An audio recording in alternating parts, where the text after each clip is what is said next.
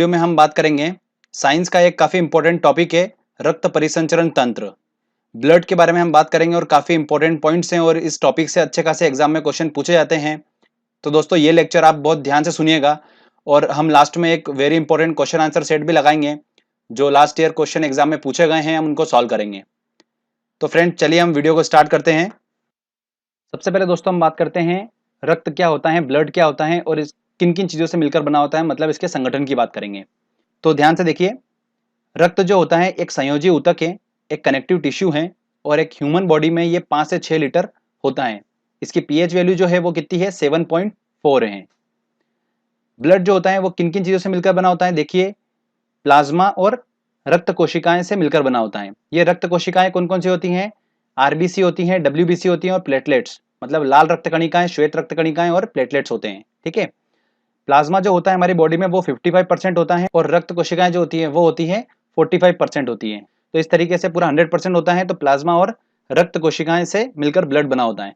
थोड़ा सा हम देख लेते हैं, एक बार डायग्रामेटिकली आपको बता देता हूं मैं। थोड़ा आपको यूं समझ में नहीं आएगा कि प्लाज्मा क्या होता है, रक्त कोशिकाएं क्या होती हैं। थोड़ा अपन एक बार आपको मैं थोड़ा सा डायग्रामेटिकली एनिमेशन के थ्रू बताता हूँ। चलिए देखिए, आपको दोस्तों दिख रहा है यहाँ पर ये ब्लड है। अब ये देखते हैं हम, देखिए इसका लाल रंग हटा देते हैं थोड़ी देर के लिए और देखते हैं कि ये किन किन चीजों से मिलकर बना होता है। तो आपको जो ये पूरा तरल पार्ट दिख रहा है, ये तरल पार्ट जो होता है ये होता है प्लाज्मा। ये 55% होता है भाग रक्त में। उसके बाद ये जो आपको लाल लाल दिख रहे हैं, ये जो कण होते हैं ये होती है लाल रक्त कणिकाएं, इनको आरबीसी बोलते हैं। उसके बाद रक्त में होता है श्वेत रक्त कणिकाएं, डब्ल्यूबीसी, आपको दिख रहा है ये श्वेत रक्त कणिकाएं होती हैं। उसके बाद रक्त में प्लेटलेट्स होते हैं, ये आपको प्लेटलेट्स दिख रहे होंगे। तो इस तरीके से ये ब्लड हमारा बना होता है। प्लाज्मा, लाल रक्त कणिकाएं, श्वेत रक्त कणिकाएं और प्लेटलेट से मिलकर हमारा बॉडी में जो रक्त है वो बना होता है। तो क्लियर दोस्तों, चलिए अब इनको समझते हैं हम। तो देखिए, रक्त कोशिका आपको समझ में आ चुकी है कौन कौन सी, आरबीसी हैं, डब्ल्यूबीसी हैं और प्लेटलेट्स हैं।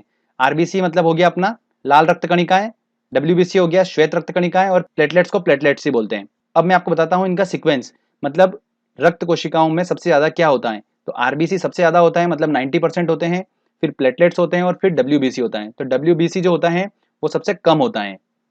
ओके फ्रेंड्स, अब इस लेक्चर में हमको यही समझना है कि आरबीसी, डब्ल्यूबीसी और प्लेटलेट्स, इन्हीं से क्वेश्चंस निकल कर आते हैं एग्जाम में।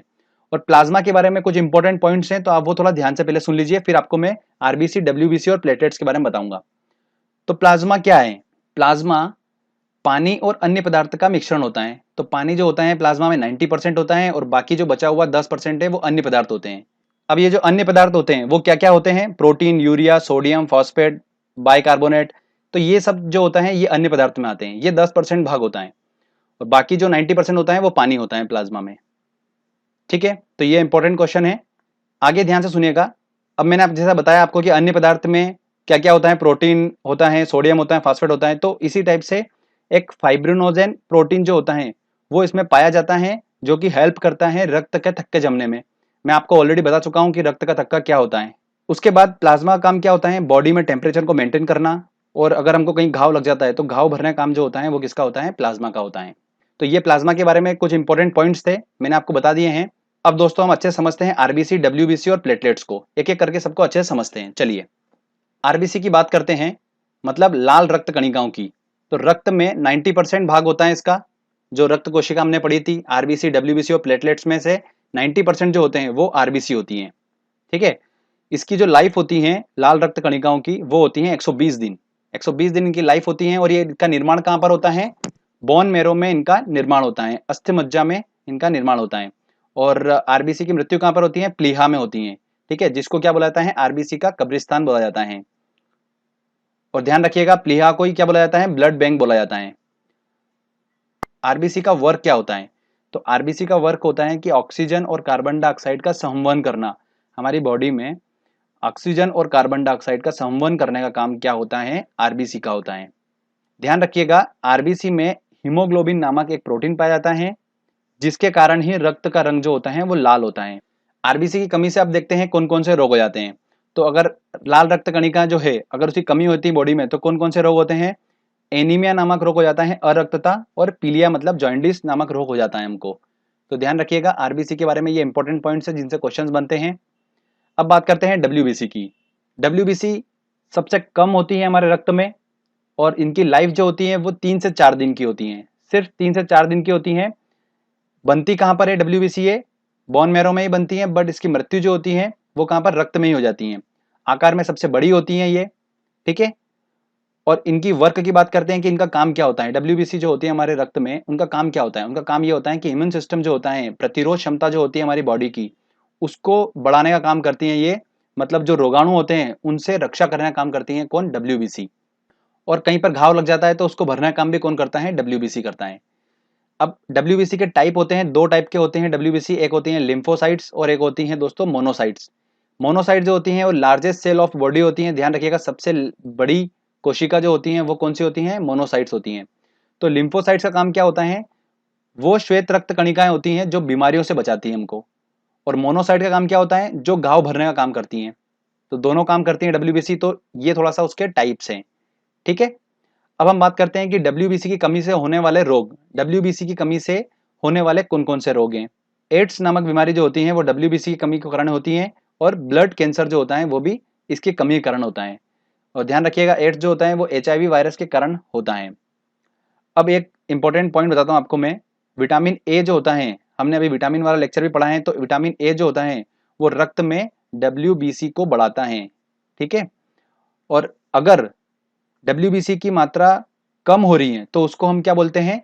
ल्यूकोपिनिया बोलते हैं। क्या बोलते हैं? ल्यूकोपिनिया बोलते हैं। और अगर डब्ल्यूबीसी की मात्रा बढ़ रही है तो उसको हम बोलेंगे ल्यूकेमिया। तो ये थोड़ा सा एग्जाम में पूछा जा रहा है तो मैंने आपको बता दिया है, थोड़ा ध्यान रखिएगा। अब बात करते हैं प्लेटलेट्स के बारे में। अब बात करते हैं दोस्तों प्लेटलेट्स के बारे में। प्लेटलेट जो होते हैं हमारे रक्त में, इनकी संख्या कितनी होती है? 4.5 लाख से 6 लाख पर लीटर होती है। इनका कार्य क्या होता है? शरीर में अगर कट लग जाता है तो एकदम से ब्लड निकलता है, तो उसके बहाव को रोकने का काम इसका होता है, प्लेटलेट्स का। चिकनगुनिया और डेंगू जैसी बीमारी में प्लेटलेट्स की मात्रा एकदम से कम हो जाती है। डेंगू जो होता है हमको, वो एडिस एजिप्टी मच्छर के काटने से होता है। ओके फ्रेंड्स, दोस्तों नोट डाउन करिएगा एक पॉइंट। मानव शरीर में खून जो होता है वो हेपेरिन की उपस्थिति के कारण नहीं जमता है। अगर ये हेपेरिन नहीं होगा तो हमारे शरीर में जो खून है वो जम जाएगा। तो ये हेपेरिन ही होता है जो जमने नहीं देता है। तो ये एग्जाम में क्वेश्चन पूछा जाता है। अब दोस्तों हम बात करते हैं रक्त परिसंचरण तंत्र। जैसे नाम से स्पष्ट है, रक्त का परिसंचरण करना हमारी बॉडी में। तो वो कौन करता है? धमनी करती हैं, आर्टरीज बोलते हैं इनको, और शिराएं जिनको बोलते हैं वेन्स। तो चलिए एक एक करके समझ लेते हैं इनको क्या होता है। धमनी का काम क्या होता है? तो ऐसे आपको एक ट्रिक बताता हूं मैं, काफी कंफ्यूजन होगा आपको धमनी और शिराओं में, बार बार आप याद तो कर लेंगे पर भूल जाएंगे। तो मैंने किस तरीके से याद कर रखा है ये आपको बताता हूं। धमनी है तो वर्ड क्या आ रहा है? धम धम। और धम धम की आवाज कब आती है? जब हाथी चलता है। और हाथी जो होता है वो शुद्ध शाकाहारी खाना खाता है, आप सभी को पता ही है। तो शुद्ध शाकाहारी खाना खाता है हाथी। और धमधम की आवाज कौन करता है? हाथी। तो शुद्ध शाकाहारी खाने से हमारा बनेगा शुद्ध रक्त। क्लियर? हमको बस वहां तक पहुंचना है, शुद्ध रक्त तक। तो धमनी जो होती है वो शुद्ध रक्त का परिवहन करती हैं। तो धमनी ऑक्सीजन युक्त शुद्ध खून ले जाती हैं लंग्स से हार्ट तक। फेफड़ों से हृदय तक कौन लेके जाती है शुद्ध खून? धमनियां लेके जाती हैं। तो धमधम से आपको हाथी याद आएगा, और हाथी शुद्ध खाना खाता है, तो आपका कभी भी कंफ्यूजन नहीं होगा और हमेशा आप बिल्कुल सही आंसर तक पहुंचेंगे। तो ये क्लियर हो गया कि शुद्ध खून कौन ले जाता है? धमनी ले जाती है। एक इसके अंदर एक्सेप्शन है, अपवाद है, कि पल्मोनरी धमनी जो होती है वो अशुद्ध रक्त ले जाती हैं ऑर्गन से लंग्स तक, अंगों से लेकर कहां तक? लंग्स तक, फेफड़ों तक लाती हैं। और फेफड़ों का काम, फेफड़ों तक इसलिए लाती हैं क्योंकि फेफड़ों का काम ही क्या होता है? रक्त को शुद्ध करना। अब हम बात करते हैं शिराएं की, वेन्स की बात करते हैं। तो शिराओं का काम क्या होता है? जस्ट इसके अपोजिट, अशुद्ध खून ले जाती हैं ऑर्गन से लंग्स तक। इसका एक अपवाद होता है, पल्मोनरी शिरा जो होती है वो शुद्ध रक्त ले जाती हैं लंग से हार्ट तक। क्लियर दोस्तों? तो ये आपको थोड़ा दिमाग में रखना है, धमनी और शिराएं के बारे में ये इंपॉर्टेंट पॉइंट है। तो जो मैंने आपको बताया है ये, तो रक्त से रिलेटेड जो भी एग्जाम में क्वेश्चन पूछे जाते हैं वो इन्हीं पॉइंट्स में से आपको मिलेंगे। चलिए अब हम टेस्ट लगाते हैं और देखते हैं कि हमने जो पढ़ा है वो कितने क्वेश्चंस को सॉल्व कर पा रहा है, ठीक है। तो ऑलमोस्ट सारे क्वेश्चन हम सॉल्व कर लेंगे अगर आपने अच्छे से लेक्चर को समझा होगा तो। चलिए दोस्तों, हमारा पहला क्वेश्चन है, प्लाज्मा में जल का प्रतिशत होता है। देखिए प्लाज्मा में जल का प्रतिशत कितना होता है? 90% होता है। तो इसका आंसर लगेगा डी आंसर। रक्त होता है एक एक संयोजी ऊतक है, कनेक्टिव टिश्यू है, मैंने आपको बताया था, तो ए आंसर होगा। आरबीसी का निर्माण हमारे शरीर में किस भाग में होता है? देखिए आरबीसी का निर्माण कहाँ होता है? अस्थि मज्जा में होता है, बोन मैरो में होता है, तो इसका आंसर लगेगा डी आंसर। आगे देखते हैं क्वेश्चन। अगला क्वेश्चन है, हीमोग्लोबिन का तात्पर्य है ऑक्सीजन को इधर उधर पहुंचाना, बैक्टीरिया को समाप्त करना, ऊर्जा का उपयोग करना या अरक्तता का निवारण करना। देखिए हीमोग्लोबिन का काम क्या होता है? ऑक्सीजन को इधर उधर पहुंचाने का काम होता है। मानव वयस्क में कुल कितना रक्त होता है? तो 5 से 6 लीटर होता है, इसका आंसर लगेगा ए आंसर। मानव रक्त का पीएच होता है कितना होता है? 7.4, तो इसका आंसर लगेगा सी आंसर। चलिए आगे और देखते हैं क्वेश्चन। आरबीसी का कब्रिस्तान किसे कहा जाता है? आरबीसी की मृत्यु कहां पर होती है? लाल रक्त कणिकाओं की मृत्यु कहां पर होती है? प्लीहा में होती है, इसे ही कहा जाता है आरबीसी का कब्रिस्तान, तो इसका आंसर लगेगा सी आंसर। रक्त का लाल रंग किसके कारण होता है?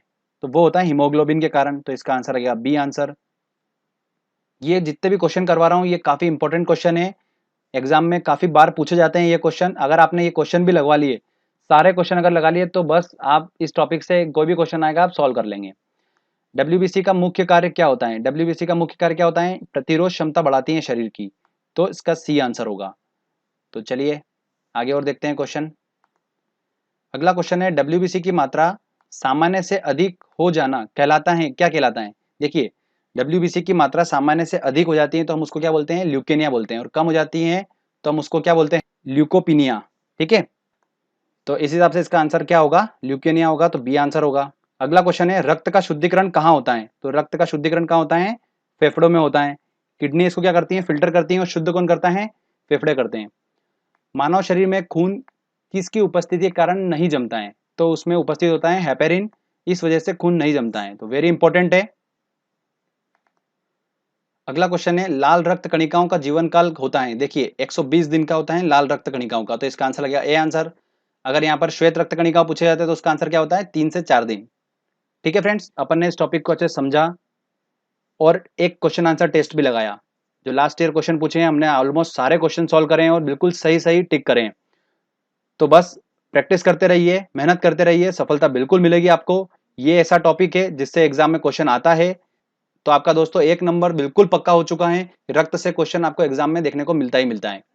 तो फ्रेंड्स, अगर आपको ये वीडियो अच्छा लगा है तो जल्दी से इस वीडियो को लाइक करिए, दोस्तों के साथ शेयर करिए और कमेंट करके बताइए मुझे आपको वीडियो कैसा लगा।